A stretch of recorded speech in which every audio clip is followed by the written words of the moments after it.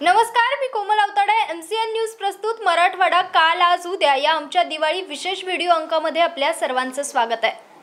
विविधतेमध्ये नटलेल्या आपल्या देशाने सर्व धर्म समभावाचं एक वेगळं अनोखं उदाहरण संपूर्ण जगासमोर ठेवलंय. भगवद्गीता असो, कुराण असो अथवा बायबल, इथे प्रत्येक धर्मग्रंथ मोठ्या आदरानं आपल्या मस्तकी लावला जातो आणि उत्सुकतेनं जाणून घेतलं जातं तर त्या धर्मग्रंथातील मर्म. आणि तोच मर्म समजून घेण्याचा आजच्या भागामध्ये आपण प्रयत्न करूयात. आपल्यासोबत आज माननीय फादर साल्ढाणा आहेत, ज्यांच्या गुरुदीक्षेला 40 वर्ष पूर्ण होतात आणि याच्यामध्ये त्यांचा हा अनुभव कसा राहिला हे समजून घेण्याचा आपण प्रयत्न करणार आहोत. भगवद्गीतेमध्ये श्रीकृष्णांनी अनेक योग सांगितले आणि असं म्हटलं गेलं की या योगामधला एक योग जरी आपण आत्मसात केला तर जीवनाचं सार्थक होतं. मात्र साल्ढाणा सरांनी संन्यास दीक्षा घेऊन त्यानंतर कर्मयोगाचीही साधना केली. म्हणजे संन्यास योग, कर्मयोग यांचा चांगला समतोल त्यांनी त्यांच्या आयुष्यामध्ये साधलाय. हे करणं अत्यंत कठीण, कारण एकही योग करायचं म्हटल्यावर आपल्याला कडथळ अशी साधना करावी लागते. मात्र याचा समतोल आपल्या आयुष्यात सांभाळत त्यांनी शिक्षणाची गंगा ही खेड्यापर्यंत पोहोचवली. अगदी इंग्रजी माध्यमाचं शिक्षण इथल्या गोरगरीब जनतेला किंवा खेड्यापर्यंत पोहोचावं, इथल्याही मुलांना शिक्षणाचा तो अधिकार मिळावा, शहरी आणि खेड्या भागातली दरी मिटवण्याचं मोठं काम ते आजतागायत करतात. अशा महान व्यक्तीसोबत आपण हेच मर्म जाणून घेण्याचा, समजून घेण्याचा प्रयत्न करूया. चला तर मग सर्वप्रथम स्वागत करूया आदरणीय फादर साल्ढाणा यांचं. नमस्कार सर. नमस्कार. खूप खूप स्वागत आहे तुमचं. गंगापूर सारख्या एका खेडमय भागामध्ये त्यांनी शाळा आणि ज्युनियर कॉलेजची स्थापना केली आणि बघता बघता त्यांच्या शिकवणीमुळे आणि त्या विद्यार्थ्यांच्या प्रगतीमुळे अनेक विद्यार्थी या ठिकाणी यायला लागले आणि शाळा अगदी गजबजायला लागली. हा सगळा जीवन प्रवास त्यांच्यासोबत संवाद साधता साधता जाणून घेऊया. मात्र सुरुवात करूयात. सर, तुम्हाला कधी असं वाटलं तुम्ही गुरु दीक्षा घेतली पाहिजे? आयुष्यामध्ये जीवन जगताना अनेक आपल्या जीवनाला कालाटणी देणारे क्षण असतात जिथून आपली लाईफ चेंज होत असते. तसं तुमच्या जीवनातला तो क्षण कधी आला आणि तुम्ही कधी इकडे यायचं ठरवलं? ॲक्च्युली आमचं कुटुंब एक धार्मिक कुटुंब होतं आणि या धार्मिक कुटुंबाच्या वातावरणात मी सुरुवातीपासून म्हणजे अगदी शालेय जीवनापासून असं विचार केलं की मला एक फादर व्हायचं आहे आणि फादर होऊन विशेष करून शैक्षणिक क्षेत्रात लोकांची किंवा विशेष करून विद्यार्थ्यांची सेवा करायची आहे. नक्कीच, कारण आजचा विद्यार्थी उद्या देशाचं भवितव्य असतो आणि तेच विद्यार्थी घडवण्याचं मोठं काम या शाळेमार्फत केलं जात आहे. सर, जेव्हा तुम्ही दीक्षा घ्यायचं ठरवलं तेव्हा घरच्यांची काय प्रतिक्रिया होती? कारण सर्वसामान्य घरामध्ये हे लवकर ॲक्सेप्ट केलं जात नाही. त्यांना असं वाटतं एक नॉर्मल आयुष्य मुलाने जगावं. पूर्वी म्हणजे 1960, 70, 80 या काळात धार्मिकतेवर जास्त भर होतं आणि आईवडील कधी कोणालाही फादर होण्यासाठी किंवा सिस्टर होण्यासाठी कधी नाकारत नव्हते आणि कुटुंबही मोठं होतं. आमचं कुटुंब 7 मुलांचं होतं आणि म्हणून आईवडिलांनी कधी नकार दिला नाही. उलट त्यांनी एनकरेज केलं की तुम्ही जा. आणि माझे अंकल पण फादर होते आणि त्यांचे जीवन पाहून माझी आशा होती, अपेक्षा होती की मी त्यांच्यासारखाच एक फादर होऊ. नक्कीच सर. आणि जेव्हा तुम्ही ते झालात तेव्हा तुम्हाला असं वाटलं की कुठेतरी तुमच्या स्वप्नाची पूर्ती होते? बरोबर आहे, कारण तो माझं गोल होतं, ध्येय होतं आणि तो ध्येय जेव्हा सार्थक झालं तेव्हा मला फारच आनंद वाटलं की आता इथून पुढे गुरुदीक्षा घेतल्यानंतर लोकांची फारच सेवा करता येईल. ओके सर, तुम्ही संन्यास घेतला आणि फादर झालात तर बऱ्याचदा असं होतं, अनेक संन्यासी लोक, ऋषीमुनी, महात्मे आपण बघितले की ज्यांनी संन्यास दीक्षा घेऊन मग तो वेळ त्यांनी स्वतःतच रमवला किंवा स्वतःच्या साधनेतच घालवला. मात्र तुम्ही तसं न करता फादर झालात आणि मग त्याच्यानंतर ही शिक्षणाची गंगा पोहोचवायला एका खेड्यामध्ये तुम्ही दाखलसुद्धा झाला. तर तुम्हाला कधी असं वाटलं की तुमच्या स्वप्नाची पूर्ती झालेली होती फादर होऊन, पण पुन्हा इकडे यावं असं का वाटलं, कधी वाटलं आणि काय तो एकंदरीत तुमच्या आयुष्याची स्टेज राहिली? ख्रिश्चन धर्मात जेव्हा आम्ही एक फादर किंवा दीक्षा घेतो तर आपण संन्यास म्हणून कुठेतरी अलिप्त होऊन मौन बसून काही न करता फक्त तप करणं हे नसून आपण स्वतः आपलं जीवन समर्पित करतो. आणि समर्पित करत असताना काही क्षेत्र असतात, ते धार्मिक असो, शैक्षणिक असो, सामाजिक असो किंवा आपल्या हॉस्पिटलचा किंवा रुग्णांची सेवा करणं. तर कोणचे ना कोणचं आपल्याला त्या क्षेत्रात आपल्याला ऑप्शन घ्यावं लागतं आणि त्या क्षेत्रात आपण तसं जातो. आणि म्हणून मी माझी गुरुदीक्षा झाल्यानंतर लगेच माझ्या बिशपने मला सांगितलं की तुम्ही फार हुशार आहात, तर तुम्ही BEd करा आणि BEd करून आमच्याकडे शाळा आहेत आणि त्या शाळेमध्ये तुम्ही शिकवत राहा आणि त्याबरोबर धार्मिकी कार्य करा आणि पुढे जा. आणि मला आनंद वाटलं की मला जास्त अपेक्षा तीच होती की शैक्षणिक क्षेत्रात कार्य करण्याची. नक्कीच सर. आणि त्याच्यानंतर जेव्हा तुम्ही इथे गंगापूरसारख्या एका खेडमेट ठिकाणी आलात आणि इथे इंग्रजी माध्यमाची शाळा सुरू केली, खरं तर हे आपल्या आपमध्येच एक खूप मोठं असं कार्य होतं. कारण शहरी भागामध्ये तुम्ही जर शाळा खुली केली असती तर तिथे मोठ्या प्रमाणात प्रतिसाद मिळाला असता. आणि ग्रामीण भागामध्ये जरी आपण नाही म्हटलं तर बऱ्याच अंशी अजूनही ग्रामीण भागामध्ये धर्माचा पगडा मोठ्या रीतीनं नागरिकांवर असतो. त्याच्यामुळे कुठेतरी इतर धर्माचं तर येत नाही आहे ना, किंवा आपल्या धर्मावर आक्रमक होत नाही ना, अशा प्रकारच्या काही नकारात्मक गोष्टीसुद्धा येथील जनतेच्या मनामध्ये असतात. त्याच्यामुळे तुम्ही जेव्हा इथे आला, म्हणजे याआधी सरांचा प्रोग्राम इथे शाळेमध्ये झाला, अगदी भरभरून प्रेम इथल्या माणसांनी त्यांच्यावर केलं.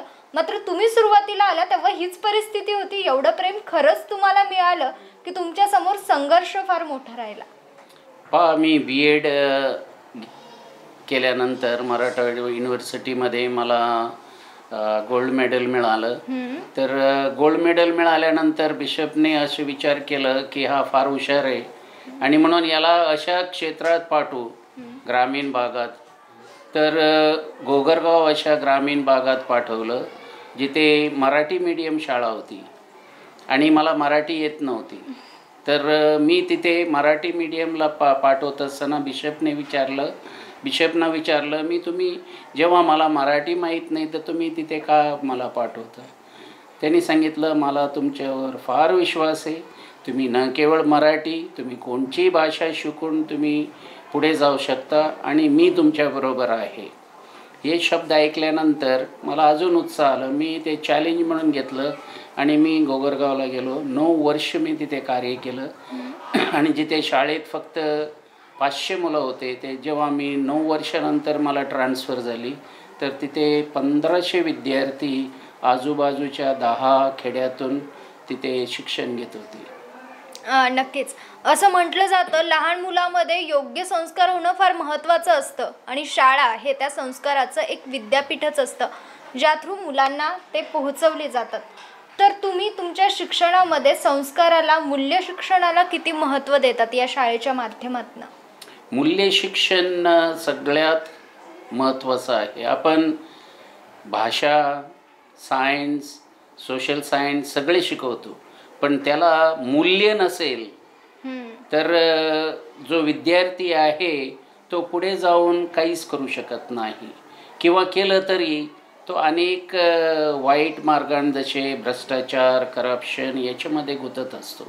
जेव्हा त्याला मूल्य शिकवलं जातं जीवनात, तो किती मोठा झालं तो कधीही वाईट मार्ग किंवा दुर्मार्ग तो अवलंबू शकत नाही. आणि हे मी माझ्या स्वतःच्या अनुभवात घेतलेलं आहे आणि मी स्वतः मूल्य शिक्षणाचे धडे विद्यार्थ्यांना शिकत असे, विशेष करून असेंब्लीमध्ये. त्याच्यानंतर विशेष करून शिक्षकांना देखील मी लेसन्स द्यायचे की हे मूल्य आपल्याला शिकवले पाहिजे.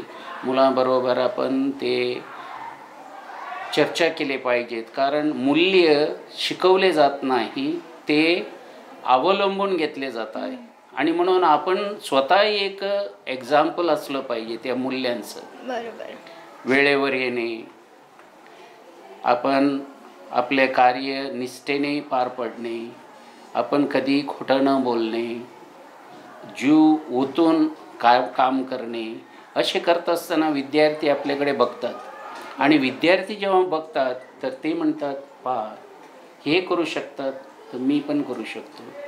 परंतु जेव्हा आपण करत नाही आणि फक्त उपदेश देतो किंवा मुलांना सांगतो तुम्ही हे करा आणि आपण जसे पाहिजे तसे वागतो, तर मूल्य कधी विद्यार्थ्यांमध्ये आपण बिंबवत नाही. नक्कीच. म्हणजे लहान मुलांना कितीही चांगलं सांगितलं तर त्यांच्यावर चांगले संस्कार होत नाहीत. आधी आपल्याला चांगलं वागावं लागतं म्हणजे त्यांच्यावर चांगले संस्कार होता, असा एकंदरीत सरांचा बोलण्याचा सूर होता. ज्यांच्यासोबत आपण बोलतोय, संवाद साधतोय, एक वेगळीच व्याख्या यशाची त्यांच्याकडे बघून समजते, त्यांच्या कार्यातून बघून समजते. सर, आज जेव्हा ही सगळी अचिव्हमेंट आहेत, लोक भरभरून तुमच्यावर प्रेम करतात, मात्र सुरुवातीची परिस्थिती कशी होती आणि आताची कशी आहे आणि बदल कसा होत गेला? सुरुवातीची परिस्थिती जेव्हा मी गोगरगावला गेलो, ग्रामीण भागात, मला सगळं काही एक विचित्र असं वाटलं. परंतु जी निष्ठा, ज्या प्रेमाने आपण जे कार्य सुरू केलं, लोक बघत होते. आणि लोक ग्रामीण भागात असलं तरी ते अनेक वेळेस आपण त्यांना कमी समजतो, परंतु ते पण जसे मराठीत म्हणतात तेही शहाणे आहेत. पण तेही पाहतात की हा माणूस जो आलेला आहे हा खरोखर काम करणारा आहे किंवा फक्त देखावासाठी आहे, आणि म्हणून ते परीक्षा पाहतात आणि त्यांच्याही परीक्षेत आपण पास झालो, मग ते लोक आपल्यावर किती प्रेम दाखवतील, किती कष्ट करतील, किती पर्यंत आपल्याबरोबर ते चालतील आणि आम्हाला सहकार्य करतील. आणि मी हेच हे केलं, मी निष्ठेने राहिलो. प्रेम लोकांवर द्यायचे ते आपण केलं, त्यांना समजून सांगितलं. कधी कधी डिसिप्लिन, शिस्त म्हणत असताना त्यांना थोडंसं हे वाईट वाटायचे, ते कडू वाटायचे, परंतु हळूहळू ही शिस्त त्यांच्यामध्ये रबावल्यानंतर आणि त्यांनी त्यांचे मुलं पाहिले, घरी आल्यानंतर ते पुस्तक काढून बसतात, पालकांनी काही सांगायची गरज नाही, ते स्वतः पाहतात मुलामध्ये जी काय बदल घडत आहे ते, आणि त्याच्यावरून सांगतात हे इथे घडून आणले. आणि ते फादरकडे आले तरी फादरने ते आज सांगितलं ते तेच उद्याही सांगणार आहेत आणि त्याच्यामध्ये ते काही बदल करणार नाही किंवा कोणाला कमी समजणार, कधी कधी ते गरीब असतील की श्रीमंत असतील अशा मुलं मुलं म्हणजे सगळेच सारखे असे मानलं तर पालक हळूहळू आपल्याला सहकार्य करतील. नक्कीच. पण कोरोनाच्या काळामध्ये शाळांचे शाळा विद्यार्थ्यांवर फार मोठा परिणाम झाला होता की कोरोनामध्ये शाळा नाही. मग अशा परिस्थितीमध्ये तुम्ही कसं मॅनेज केलं, तुमच्या विद्यार्थ्यांपर्यंत शिक्षण कसं पोहोचवलं? कोरोनाच्या काळात मी पुष्कळचा विचार केला, कसे काही मुलांना शिकवता येईल. आणि विशेष करून कोरोना या काळात आलं जेव्हा परीक्षा चालू होती. मार्च 11-12 तारखेला त्यांनी सांगितलं की शाळा बंद. आता मी म्हटलं पूर्ण वर्ष झालं आता कुठे, तर आम्ही शिक्षकांना काय केलं, त्यांना बोलवलं. शिक्षकांना थोडंसं मी बंधन टाकलं, थोडं प्रेशरही टाकलं आणि त्यांना सांगितलं की ज्या ज्या गावात, ज्या ज्या कॉलनीमध्ये, ज्या ज्या क्षेत्रात मुलं आहेत त्यांना जमा करा आणि परीक्षा घ्या. तुम्ही तिथे परीक्षा घ्या, पेपर इथे आणा, पेपर तुम्ही तिथे घेऊन जा. पण शिक्षकांचं सहकार्य जास्त होतं. आपल्याला येण्या जाण्याचं बंधन असलं तरी आम्ही त्या क्षेत्रात परीक्षा घेतली. ते वर्ष गेलं, त्यांना निकालही दिलं, त्याचं प्रमोशन दिलं. पण 1 वर्ष मग आम्ही कमी पडलो. तेव्हा कमी पडलं तरी आम्ही ऑनलाईन क्लाससाठी शिक्षकांना शाळेतच बोलवलं, सगळे सोयी केली, सगळे काय आपण त्यांचे बंधनं आहे ते प्रोटोकॉल आहे ते सगळे पालन करायला सांगितलं आणि एकेका खोलीत राहून त्यांनी हे केलं, ऑनलाईन क्लासेस चालू ठेवले, मुलांकडून चेक करायला लागले, ते सगळे म्हणजे प्रामाणिकपणे त्यांनी गेलं. आणि एका शिक्षकाकडे जवळपास 150 मुलं ऑनलाईन क्लासवर होते आणि ते आपला गृहपाठ घेऊन इथे देत होते शिक्षकांना, ते चेक करत होते, ते पाठवित होते त्यांना. शिक्षकांनी मात्र रिस्क घेतली. बरोबर. शिक्षकांना मी सांगितलं तुम्ही रिस्क घेतल्याशिवाय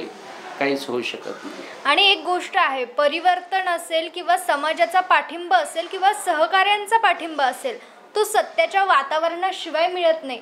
जेव्हा त्यांना असं वाटतं की ही व्यक्ती खरोच मनातून करते, तेव्हा मात्र त्यांना ते करणं आतून असतं आणि या गोष्टी नैसर्गिकरित्या घडत असतात. मुळात गरज असते ती आतून किंवा स्वतः ते करण्यासाठी निष्ठावान असण्याची किंवा त्या कर्तव्याप्रती समर्पित असण्याची. सर, आणि शिक्षकांना आमची एकमेव शाळा असेल, शिक्षकांना पूर्ण पगार मी दिला.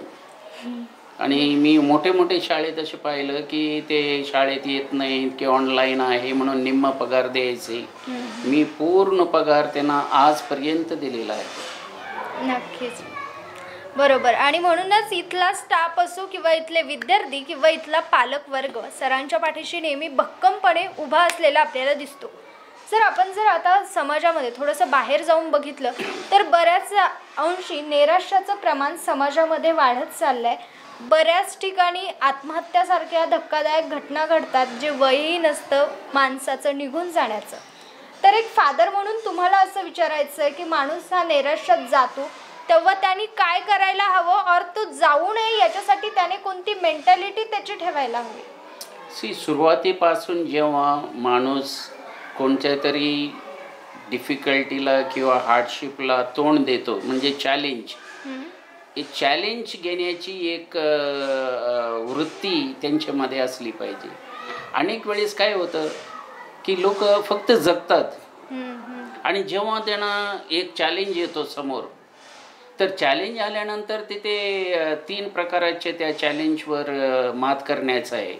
एक पळून जाण्याचं, दुसरा आडमार्ग सोऱ्या मार्गाने जाण्याचं आणि तिसरा वर चढून त्याच्यावर मात करण्याचं.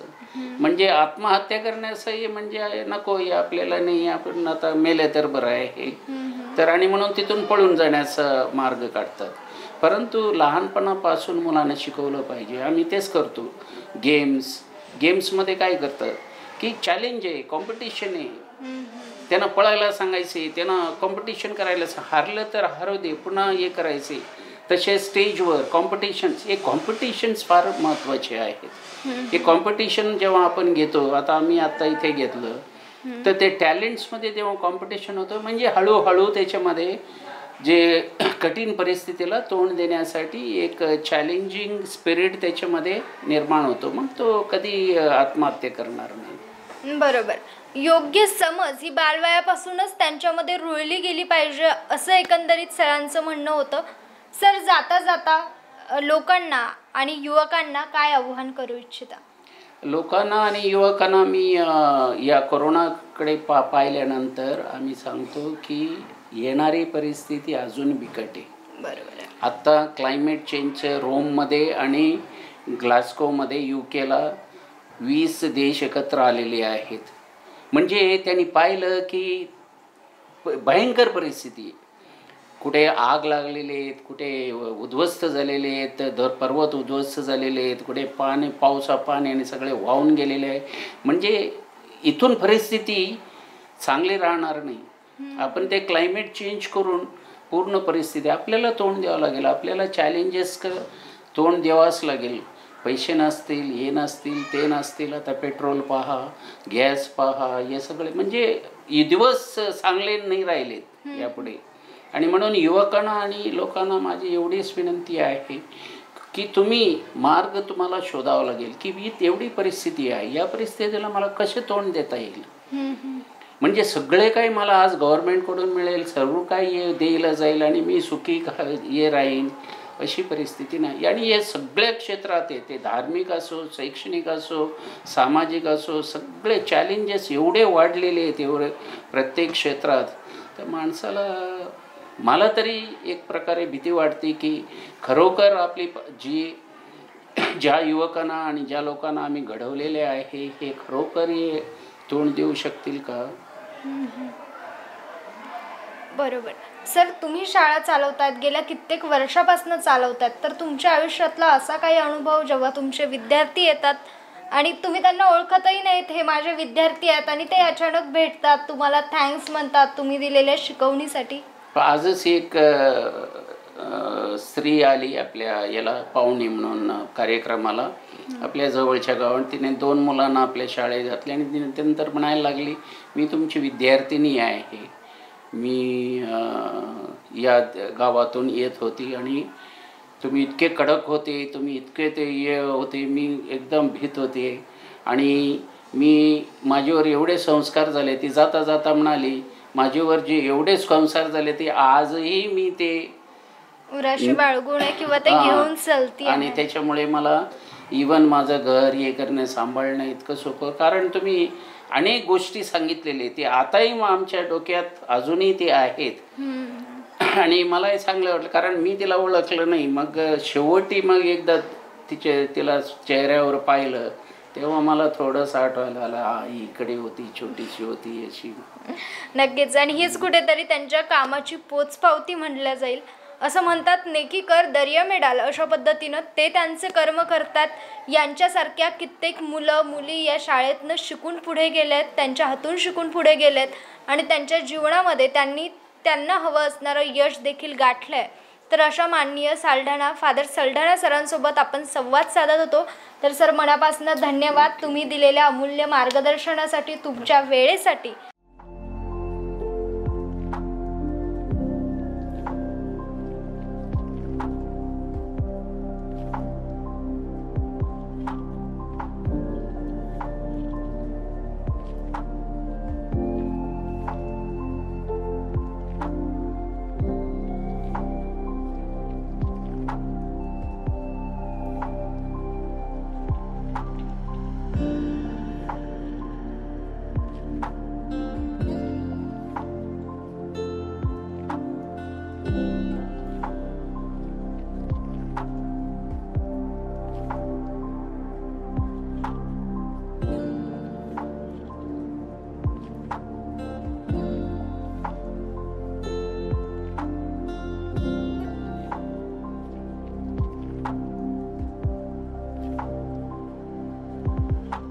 नमस्कार, मी कोमल अवताडे. सध्या आपण आलो आहे Mother Teresa English high school Gangapur या ठिकाणी. तसं बघितलं गेलं तर अल्पावधीतच इथे अत्यंत लोकप्रिय झालेली आणि दर्जेदार गुणवत्तेचं शिक्षण पुरवणारी शाळा म्हणून ही नावरूपास आली आहे. या शाळेच्या तब्बल 20 वर्षापासून मुख्याध्यापिका असलेल्या माननीय श्रीमती अनुजा कुलकर्णी मॅडम आपल्यासोबत आहे. नमस्कार मॅडम. नमस्कार. खूप खूप धन्यवाद तुमचे आमच्याशी संवाद साधताय त्याबद्दल. गेले 20 वर्षापासून ही शाळा या ठिकाणी कार्यरत आहेत आणि मोठ्या प्रमाणात लोकांचा प्रतिसाद सुद्धा आता या शाळेला मिळतो आहे. तर एकंदरीत तुमचा हा प्रवास या शाळेसोबतचा कसा राहिलाय आजकालचा? 2002 या साली मी या शाळेमध्ये जॉईन झाले आणि त्यावेळेस ही शाळा रेंटल म्हणून खाडीलकर बिल्डिंग आणि सरोवर बिल्डिंग या 2 ठिकाणी होती. नंतर 2013 या साली ही शाळा या ठिकाणी आली आणि रेव्हरंड फादर विल्फ्रेड सल्ढाणा यांनी 2013 साली या शाळेचं ह्या बिल्डिंगचं काम पूर्ण केलं आणि मग ही शाळा या ठिकाणी सुरू झाली. सुरुवातीला रिस्पॉन्स कमी होता कारण शाळा गावाच्या बाहेर होती, परंतु जसं जसं फादरांनी वैयक्तिक लक्ष देऊन शिक्षकांना आणि विद्यार्थ्यांना मोटिवेट केलं, त्या प्रकारे दिवसेंदिवस शाळेची गुणवत्ता वाढत गेली आणि आमची गुणवत्ता ही आज जर पाहिली तर गंगापूर तालुक्यामध्ये शाळा ही 1 नंबर आहे आणि याचं श्रेय हे फक्त रेव्हरंड फादर विल्फ्रेड सल्ढाणा यांनाच जातो. नक्कीच मॅम. आणि हे सगळं होत असताना इतर शाळेचं आणि या शाळेचं काय वेगळेपण तुम्हाला जाणवतं? एक बघा, काय होतं, शाळा कुठलीही असो, विद्यार्थी आणि शिक्षक हे तर त्या ठिकाणी असतात, परंतु विद्यार्थ्याविषयीची जी एक आत्मीयता आहे ती मी या शाळेमध्ये पाहिली आणि तीच आत्मीयता ही रेव्हरंड फादरांकडे आहे. रेव्हरंड फादरांची जी तळमळ आहे त्या तळमळतेने शिक्षकही ती तळमळ दाखवून विद्यार्थ्यांच्या वैयक्तिक गोष्टीपर्यंत पोहोचतात आणि त्यामुळे विद्यार्थी हा शिक्षकांमध्ये जास्तीत जास्त गुंतला जातो आणि विद्यार्थी जेव्हा शिक्षकामध्ये गुंततो निश्चितच त्याची प्रगती ही उत्तरोत्तर चांगली होते. आणि म्हणून मला या ठिकाणी सांगावेसे वाटते की पूर्ण तालुक्यामध्ये जर आढावा घेतला तर Bharat Ratna Mother Teresa English School ही अतिशय वेगळी व नैतिकतेचं शिक्षण देणारी अशी ही शाळा आहे. म्हणजे सर्वांगीण विकास तर महत्त्वाचा, परंतु त्याबरोबर नैतिकता कशी जपावी, जगामध्ये वावरताना नुसती डिग्री नको आहे, तर त्याबरोबरचे काही जे नैतिक मूल्य आहेत, मॅनर्स आहेत, ते आमच्याकडे शिकवले जातात. याचा मला अभिमान आहे. नक्कीच मॅम, यानंतरचा जर आपण कोरोनाचा कालावधी बघितला तर तो सगळ्यांसाठीच अत्यंत वाईट असा होता. मात्र एक मुख्याध्यापिका म्हणून तुम्ही ही धुरा कशी सांभाळली आणि तुमच्या विद्यार्थ्यांपर्यंत शिक्षण कसं अखंडितपणे तुम्ही राहू दिलं? फार चांगला प्रश्न विचारला आपण. कारण काय आहे की कोरोनाच्या काळामध्ये जवळपास आपण पाहिलं की माणसाची मानसिकता खचली होती, परंतु आमच्याकडे आमच्या शिक्षकांची मानसिकता खचू शकली नाही केवळ रेव्हरंड फादर यांच्यामुळे. कारण त्यांनी जे आम्हाला बळ दिलं त्या बळाच्या जोरावर आमच्या शिक्षकांनी कंटिन्यू ऑनलाईन शिक्षणही चालू ठेवलं आणि नंतर आता ऑफलाईन 5वी ते 12वी शाळा चालू आहे आणि पुढे 8 नोव्हेंबरपासून पुन्हा ज्युनियरपासून तर 4थीचे मुले शाळेत बागडताना दिसतील. आणि याचे पूर्ण श्रेय मी रेव्हरंड फादर यांना देते.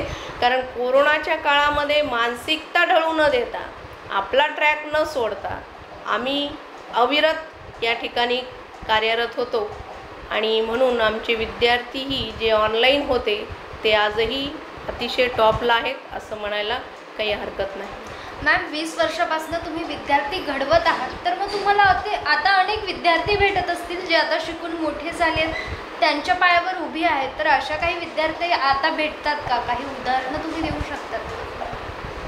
हो, कारण आता आमच्या शाळेमध्ये सुरुवातीला आमच्याकडे ज्यावेळेस ॲडमिशन नव्हते त्यावेळेस आम्ही मराठी मीडियममधून 8वीचा विद्यार्थी आणून घडवलेले होते आणि असे घडवत असताना त्यांना बेसिक शिक्षण देऊन आम्ही इंग्लिश मीडियमच्या प्रमाणे घडवलं. आणि त्यामध्ये मला सांगण्यास अभिमान वाटतो की आज औरंगाबाद घाटी या ठिकाणी कल्पेश गग्गड, डॉक्टर कल्पेश गग्गड म्हणून आमचा एक विद्यार्थी कार्यरत आहे आणि तो MBBS MD त्याने हे शिक्षण पूर्ण केलेले आहे. तसेच गंगापूरमध्येही या ठिकाणी सुहास सोनवणे म्हणून एक विद्यार्थी आहे ज्यानेही BHMS कंप्लीट करून याही ठिकाणी त्याने आपला हॉस्पिटल अतिशय तोही कार्यरत आहे. म्हणजे सांगण्यास अभिमान वाटतो की मुलगा जेव्हा या ठिकाणी घडतो त्याचं सर्वांगीण विकासाचा विचार आम्ही केला जातो आणि तो सर्वांगीण विकास त्याच्या पुढच्या भविष्यासाठी अतिशय महत्त्वाचा आहे मला असे वाटते. नक्कीच, आणि हेच या शाळेचं वेगळेपण म्हणवलं जातं. कारण उच्च दर्जाचं शिक्षण तर आहे, पण त्यासोबतच नीतिमूल्यांना मोठ्या प्रमाणात प्राधान्य दिलेलं या शाळेमध्ये आपल्याला बघायला मिळत असेल.